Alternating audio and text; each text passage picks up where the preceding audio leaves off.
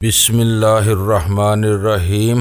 گمنام ہیرو کے معزز ناظرین السلام علیکم۔ آئیے چلتے ہیں کہانی کی طرف۔ تو اس کے قاتل بھی اسی شہر میں ہوں گے، جلد یا بدیر ہمارے ہاتھ ان کی شہرگ تک ضرور پہنچیں گے۔ مجھے سب سے زیادہ دکھ تو اسی بات کا ہے ڈینی، وہ تڑپ کر بولا اسے اغوا کرنے والے اسی شہر میں تھے اور میری بیوی ان کی قیدی تھی، لیکن میں اس کے لیے کچھ نہ کر سکا۔ سینڈو نہ جانے کہاں جوک مارتا رہا کہ اسے میری بیوی کی پرچھائی تک نظر نہیں آ سکی۔ میرے آدمیوں نے مجھے ذلیل کرایا ہے۔ اس نے اپنی کوششوں میں کوئی کسر نہیں چھوڑی ہوگی۔ اپنی ناکامی پر وہ بھی شرمسار اور رنجیدہ ہے۔ بس مقدر کی بات ہے کہ وہ تمہارے دشمن تک نہیں پہنچ سکا۔ اب تم لوٹ آئے ہو تو تم ہی اس مہم کی نگرانی کرو۔ مجھے سینڈو کی کہانیوں سے کوئی دلچسپی نہیں ہے۔ میں اپنے دشمن کو ہر قیمت پر اپنے قدموں میں دیکھنا چاہتا ہوں۔ یہ بتاؤ کہ تمہاری صحت اب کیسی ہے؟ ٹھیک ٹھاک ہوں، ذرا کمزوری باقی ہے جو رفتہ رفتہ ہی ختم ہوگی۔ سپر ڈان بھی اگلے ہفتے آ رہا ہے۔ کل قبائلی علاقے سے 2 ملک آ رہے ہیں، ان سے سینڈو کو ملنا تھا، لیکن اب تم انہیں دیکھ لینا۔ وہ اپنی لیبارٹریز کو وسعت دینے کے لیے کچھ قرض لینا چاہتے ہیں، اس کے بدلے 5 سال تک اپنی ساری پیداوار ہم ہی کو دیتے رہیں گے۔ یہ معاملہ اوپر والوں نے چھیڑا ہے۔ تم بے فکر رہو اور گھر پر آرام کرو۔ اس اندوہناک سانحہ کے بعد تمہیں ذہنی سکون اور آرام کی ضرورت ہے۔ دفتری معاملات کو میں اچھی طرح سنبھال لوں گا۔ یہ یاد رکھنا کہ میرے مجرموں کی تلاش دفتری معاملات میں سب سے اہم ہے۔ اس معاملے میں پولیس کو تو ملوث نہیں کیا گیا؟ میں نے چونک کر سوال کیا۔ اس کی تلخ ہنسی ابری، پھر وہ چبھتے ہوئے لہجے میں بولا، طویل غیر حاضری کی وجہ سے تم اپنی اصل کو بھول گئے ہو اور شاید اپنا حلف بھی بلا بیٹھے ہو۔ ہم اپنے کسی بھی معاملے میں پولیس سے مدد نہ لینے کے پابند ہیں۔ مجھے بے اختیار مافیا کے حلف نامے کے الفاظ یاد آ گئے۔ جب ہر جگہ ہر حال میں اور ہر قیمت پر جرائم کے فروغ کے لیے کام کرنا ان کا مشن تھا، تو پھر انہیں کسی جرم کا نشانہ بننے پر سینہ کوبی کا بھی حق نہیں تھا، کیونکہ شکار کوئی بھی ہو، مجرم حرکت میں آتا ہے تو جرم وجود میں آتا ہے، اور یہی ان کا مشن تھا۔ لیکن انسان ایسی خود غرض مخلوق ہے کہ اپنے بنائے ہوئے ہر اچھے اور برے قانون کو دوسروں پر پوری قوت سے نافذ کرنا چاہتا ہے، لیکن اپنی باری آتی ہے تو کلا بازی لگا کر ان تمام پھندوں سے نکل جاتا ہے۔ کل دوپہر میلان فون کر لینا۔ وہ میلان کا ایک نمبر دہراتے ہوئے کہہ رہا تھا، ہمارے اور ان کے درمیان آج کل شاید 3 گھنٹے کا فرق چل رہا ہے۔ تمہیں 1 بجے اس نمبر پر ڈیل کے الفاظ ادا کرنے ہوں گے۔ ادھر سے جو کچھ کہا جائے اسے کال ریکارڈر پر ریکارڈ کر لینا۔ بولنے والا بات پوری کر کے ریسیور رکھ دے گا اور تم بھی لائن منقطع کر دینا۔ یہ یاد رکھنا کہ ڈیل کے علاوہ تم ہیلو تک نہیں کہو گے۔ جیسا کہہ رہے ہو ویسا ہی ہوگا۔ میں نے اسے یقین دلایا، جب ملو گے تو خود ہی بتا دو گے کہ یہ کیا چکر ہے۔ چیف مجھ سے بہت ناراض ہے۔ میرے فون بند کرتے ہی سینڈو برائی ہوئی آواز میں بول پڑا، اس کا خیال ہے کہ میں نے اپنے کام میں کوتاہی کی ہے۔ ناراض نہیں بلکہ وہ برہم ہے۔ تم خود سوچو کہ جو شخص خود کو اس شہر کے مجرموں کا انداتا سمجھتا ہو، اس کی بیوی کو کوئی گھر سے اٹھا کر لے جائے تو اس کے دل پر کیا گزرے گی؟ میرے الفاظ پر وہ چونک کر میری آنکھوں میں جھانکنے لگا، لیکن منہ سے کچھ نہیں بولا۔ جب چند ثانیوں تک وہی صورتحال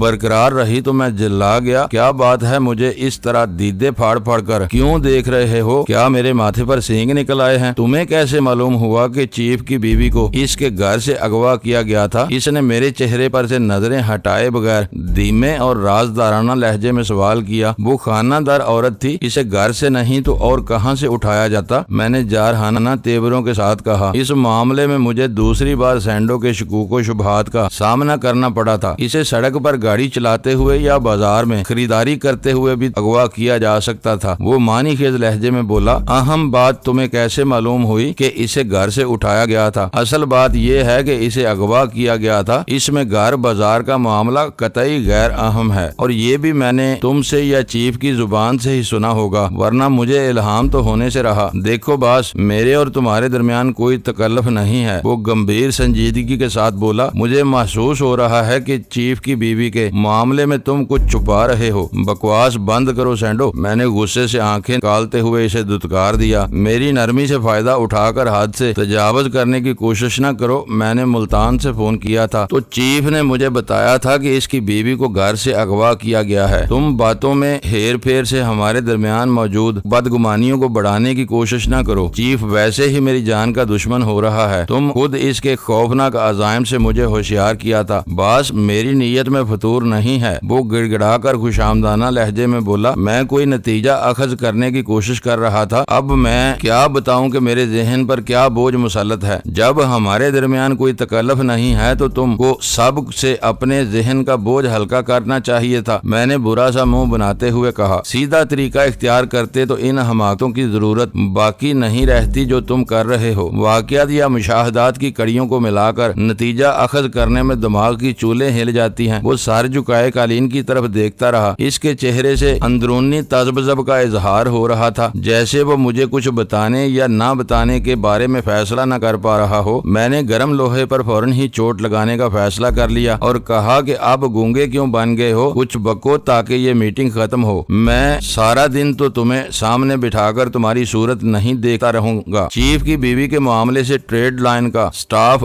بالکل بے خبر ہے، کیونکہ اس خبر کے پھیلنے سے چیف کی شخصیت بے نقاب ہو جاتی۔ اس نے دھیمی اور قدرے سہمی ہوئی آواز میں بتانا شروع کیا، اس لیے ساری باغ دوڑ میں اکیلا ہی کر رہا تھا۔ میرے بتائے بغیر اپنے آدمیوں کو ادھر ادھر دوڑایا تو شہر میں 4 عورتوں کا سراغ ملا جنہیں ان کی مرضی کے خلاف حبس بے جا میں رکھا ہوا تھا، لیکن ان میں چیف کی بیوی نہیں تھی۔ میری ذمہ داری کا احساس کرتے ہوئے چیف بھی ہاتھ پیر مار رہا تھا، اور میرا خیال ہے کہ اس بارے میں اسے تم پر بھی شبہ ہوا تھا۔ میں نے اسے گھورتے ہوئے پوچھا، تم نے یہ رائے کس بنا پر قائم کر لی؟ چیف نے مجھ سے تمہارے شرف آباد والے فلیٹ کا پتہ لیا تھا۔ اس کا وہ فکرہ سنتے ہی میرے دل کی دھڑکنیں یک بے یک تیز ہو گئیں۔ وہ اپنی بات جاری رکھتے ہوئے کہہ رہا تھا، اسی وقت مجھے خیال آیا کہ کیوں نہ میں بھی تمہارے فلیٹ کا چکر لگا لوں، شاید تم سے ملاقات ہو ہی جائے۔ میں اس رات تمہارے فلیٹ کی طرف گیا تو چیف کی گاڑی پہلے سے وہاں موجود تھی۔ میں چھپ کر اس کی واپسی کا انتظار کرتا رہا۔ اس کے چلے جانے کے بعد میں نے آس پاس سے معلومات حاصل کی تو پتہ چلا کہ تمہارا فلیٹ کافی دنوں سے مقفل پڑا ہوا تھا، یعنی تم دونوں میرے خلاف شہادتیں جمع کرتے پھر رہے تھے۔ میں نے آنکھیں نکال کر پوچھا، میں نہیں، صرف چیف۔ اس نے جلدی سے اپنی صفائی پیش کی، میں تو اس خیال سے ادھر گیا تھا کہ تم سے ملاقات ہو جائے تو تمہیں اصل بات بتائے بغیر چیف کی طرف سے ہوشیار کر دوں۔ پھر ابھی تک یہ بات اپنے دل میں کیوں دبائے بیٹھے ہوئے تھے؟ ایک بار میری پوری بات سن لو، پھر جو چاہو کہہ لینا۔ میرے بگڑے ہوئے تیور دیکھ کر وہ گھبرا گیا تھا۔ چکر دینے کی بجائے اختصار سے اپنی بات ختم کرو تاکہ دوسرے کام بھی نپٹائے جا سکیں۔ تمہارا فلیٹ چیک کرنے کے بعد چیف کا ذہن تمہاری طرف گیا تھا۔ ڈیفنس کے علاقے سے لاش ملنے تک اس کے ذہن میں یہ امکان جاگزیں تھا کہ تم اس کی بیوی کو لے بھاگے ہو اور اس کے ساتھ کسی دور افتادہ مقام پر رپوش ہو گئے ہو۔ تمہاری بیماری کا افسانہ اسے فریب معلوم ہو رہا تھا۔ اس نے ایک موقع پر اپنے ان خیالات کا میرے سامنے اظہار بھی کیا تھا۔ میں نے اس سے تم پر شبہ کرنے کے سبب کے بارے میں پوچھا تو وہ میری بات ٹال گیا، لیکن کراچی ہی کے ایک علاقے سے اس کی لاش ملنے کے بعد تمہاری طرف سے اس کا ذہن صاف ہو گیا ہے اور اب اس کے غصے کا رخ میری طرف ہو گیا ہے۔ چیف کا ذہن صاف ہو چکا ہے، اس لیے میرے نزدیک اس کے شبہات کی کوئی اہمیت باقی نہیں رہی ہے۔ پھر تم نے یہ نتیجہ کیسے اخذ کر لیا کہ میں چیف کی بیوی کے بارے میں کچھ چھپانے کی کوشش کر رہا ہوں؟ میں نے اس کا خوف دور کرنے کے لیے نرم لب و لہجہ اختیار کرتے ہوئے سوال کیا۔ بات دراصل یہ ہے، اس نے جھجکتے ہوئے کہنا شروع کیا، کہ جس روز ڈیفنس کے ایک ویران علاقے سے چیف کی بیوی کی لاش برآمد ہوئی، اس سے پچھلی رات کو میں نے تمہیں ڈیفنس کے میرینا کلب کی طرف جانے والی سنسان سڑک پر تیزی کے ساتھ کار ڈرائیو کرتے ہوئے دیکھا تھا۔ اس کے انکشاف پر میرا دل اچھل کر حلق میں آ گیا۔ اس کا دعویٰ اپنی جگہ پر 100% درست تھا، کیونکہ مسز جیوانی کی لاش کو میں نے ہی ٹھکانے لگایا تھا۔ میں نے اس معاملے میں رازداری برقرار رکھنے کی حتی الامکان کوشش کی تھی، لیکن سینڈو نہ صرف شہر میں میری موجودگی سے باخبر ہو چکا تھا، بلکہ اس نے مجھے لاش پھینکے جانے والے مقام کے قریب بھی دیکھ لیا تھا، اور اس کی وہ معلومات میرے حق میں مہلک ثابت ہو سکتی تھی۔ ان دنوں مجھ پر چیف کا بے پناہ دباؤ تھا، اور میں کسی پاگل کتے کی طرح شہر بھر کے کونوں خدروں میں جھانکتا پھرتا تھا۔ اس رات کو میں سڑک کے آغاز پر واقع ایک اسٹیٹ ایجنسی میں اپنے چند دوستوں کے ساتھ شراب نوشی کر رہا تھا کہ شیشے کی دیوار میں سے میں نے ایک سفید کار تیزی کے ساتھ میرینا کلب والی سڑک پر جاتی دیکھی، جسے تم چلا رہے تھے۔ میری معلومات کے مطابق تم ان دنوں شہر سے باہر بیمار پڑے ہوئے تھے۔ تمہیں دیکھ کر مجھے شدید ذہنی جھٹکا لگا۔ میں نے تمہارا تعاقب کرنے کا ارادہ کیا، لیکن فوراً ہی ترک کر دیا۔ اگر تم شہر میں اپنی موجودگی کو مجھ سے چھپا رہے تھے تو میرا سامنا ہوتے ہی مشتعل ہو کر کوئی بھی انتہائی قدم اٹھا سکتے تھے۔ تھوڑی دیر بعد تمہاری کار اسی راستے سے واپس گئی تھی۔ اگلی صبح اسی سڑک کے ایک تاریک اور ویران علاقے کی جھاڑیوں میں سے مسز جیوانی کی لاش برآمد ہوئی تھی، جو پوسٹ مارٹم کی رپورٹ کے مطابق 15 گھنٹے پرانی تھی۔ یعنی مسز جیوانی کی موت اور تمہارے دیکھے جانے کے درمیان کم و بیش 1 گھنٹے کا وقفہ تھا۔ اس کے ٹھوس اور ناقابل تردید انکشافات پر میری اعصابی حالت تیزی کے ساتھ متغیر ہوتی جا رہی تھی، لیکن ظاہری طور پر میں نے پرسکون اور مطمئن نظر آنے کی کوشش کی تھی۔ وہ خاموش ہوا تو میں نے بے پروایانہ انداز میں ہنسنے کی کوشش کی، لیکن میری ہنسی کچھ ایسی بھیانک اور بے رحمانہ تھی کہ میں خود ہی خاموش ہو گیا۔ سینڈو نے وہ سب میرے سامنے اگل تو دیا تھا، مگر میری شفقانہ ہنسی سے وہ خوف زدہ ہو گیا تھا۔ میرے کچھ بولنے سے پہلے ہی وہ مدافعانہ لہجے میں کہنے لگا، میں نے تمہیں سب کچھ سچ سچ بتا دیا ہے، اور مجھے پورا یقین ہے کہ میں نے تم پر اعتماد کر کے غلطی نہیں کی ہے۔ تمہارے علاوہ میں نے کسی اور سے ان واقعات کا ذکر نہیں کیا ہے۔ بتانے سے کوئی فرق نہیں پڑتا سینڈو، میں نے اس کی آنکھوں میں جھانکتے ہوئے ملائمت سے کہا۔ مجھے تمہاری کھوپڑی کے فطور پر حیرت ہو رہی ہے کہ تم نے مجھے کراچی میں کیسے دیکھ لیا، جبکہ میں تو آج صبح ہی صادقہ آباد سے یہاں پہنچا ہوں۔ دراصل زیادہ شراب پی لی ہو جائے تو کھوپڑیاں ایسے ہی گل کھلانے لگتی ہیں اور ذہن میں دبے ہوئے واہ میں حقیقت بن کر نظر آنے لگتے ہیں۔ اصل بات یہ ہے کہ تمہیں ابتدا ہی سے مجھ پر شبہ تھا، اس لیے مسز جیوانی کے قتل کی رات تم نے مجھے ڈیفنس کے علاقے میں کار چلاتے ہوئے دیکھ لیا۔ مغربی ادب میں ایسی کہانیوں کو فینٹیسی میں شمار کیا جاتا ہے۔ میں تمہیں جھٹلانے کی جرت نہیں کر سکتا باس، لیکن یہ قسم کھا سکتا ہوں کہ اس رات میں نشے میں نہیں تھا۔ میرے ساتھ بیٹھے ہوئے دوست اس بات کی گواہی دے سکتے ہیں کہ خوب کھانے کے بعد ہم وہاں سے اٹھے تو اس وقت بھی میں پوری طرح ہوش و حواس میں تھا۔ یہ میرے بہکے ہوئے ذہن کی تخلیق کی کہانی نہیں ہے۔ تم ہوش و حواس میں تھے، تم نے مجھے وہاں دیکھ لیا جب میں سرے سے یہاں موجود ہی نہیں تھا۔ یہ کیا بکواس ہے سینڈو، میں نے قدرے برہمی کا مظاہرہ کرتے ہوئے کہا۔ یہ تو سیدھی بات ہے کہ تمہیں میری بات پر اس وقت بھی اعتبار نہیں آ رہا۔ دنیا کے ہر شرابی کو یہ یقین ہوتا ہے کہ وہ زیادہ پی کر نہیں بہکتا۔ زوم میں ہر رات لاکھوں شرابی نشے میں آپے سے باہر ہو کر گھروں میں سوتے ہوئے پائے جاتے ہیں۔ نہیں باس، وہ کسی سدے ہوئے غلام کی طرح بولا۔ بات بھی درست ہو سکتی ہے اور تمہاری سچائی تو ہر شک و شبے سے بالا تر ہے۔ ہو سکتا ہے کہ اندھیرے کی وجہ سے مجھے دھوکا ہوا ہو۔ کار کی رفتار خاصی تیز تھی، ایسی صورت میں شکل و صورت زیادہ جسامت اور انداز کی مشابہت کی بنا پر آدمی دھوکا کھا سکتا ہے۔ میں اپنی اس سنگین غلطی پر تم سے ہاتھ جوڑ کر معافی مانگتا ہوں۔ زبان کھولنے سے پہلے مجھے ہر امکان پر غور کر لینا چاہیے تھا۔ وہ دونوں ہاتھ جوڑ کر مجرمانہ انداز میں کرسی سے اٹھا اور بیٹھ جاؤ۔ میں نے اپنی کرسی چھوڑ کر بے تکلفی کے ساتھ اس کے شانے پر ہاتھ مارتے ہوئے ہنس کر کہا، پہلے تو تولو اور پھر بولو، ایسے ہی مواقع کے لیے کہا جاتا ہے۔ تم نے بلا وجہ میرا وقت برباد کیا، اب رونی صورت پر لعنت بھیجو اور اس کے بچوں کی طرح اپنی کرسی پر بیٹھو۔ تم بہت گریٹ ہو باس، وہ کرسی پر بیٹھتے ہوئے بولا۔ مجھے تمہاری ذات میں ایک باپ جیسی شفقت اور محبت محسوس ہوتی ہے۔ مجھے بڑھاپے کا احساس نہ دلاؤ، میں عمر میں تم سے چھوٹا ہوں۔ میں نے سگریٹ سلگاتے ہوئے بے پرواہی سے کہا، اب تمہاری سزا یہ ہے کہ آج شام تم میرے ساتھ بیٹھ کر پیو گے تاکہ میں یہ بھی دیکھ سکوں کہ کتنے پیگ لینے کے بعد تمہارے معدے میں اترنے کی بجائے کھوپڑی میں چڑھنی شروع ہو جاتی ہے۔ یہ مجھ ناہنجار کے لیے بہت زیادہ عزت افزائی ہوگی باس۔ میری دعوت پر اس کے روئیں روئیں سے مسرت ابل پڑی۔ میں نے ناہنجار کے لیے اپنے دل کے کسی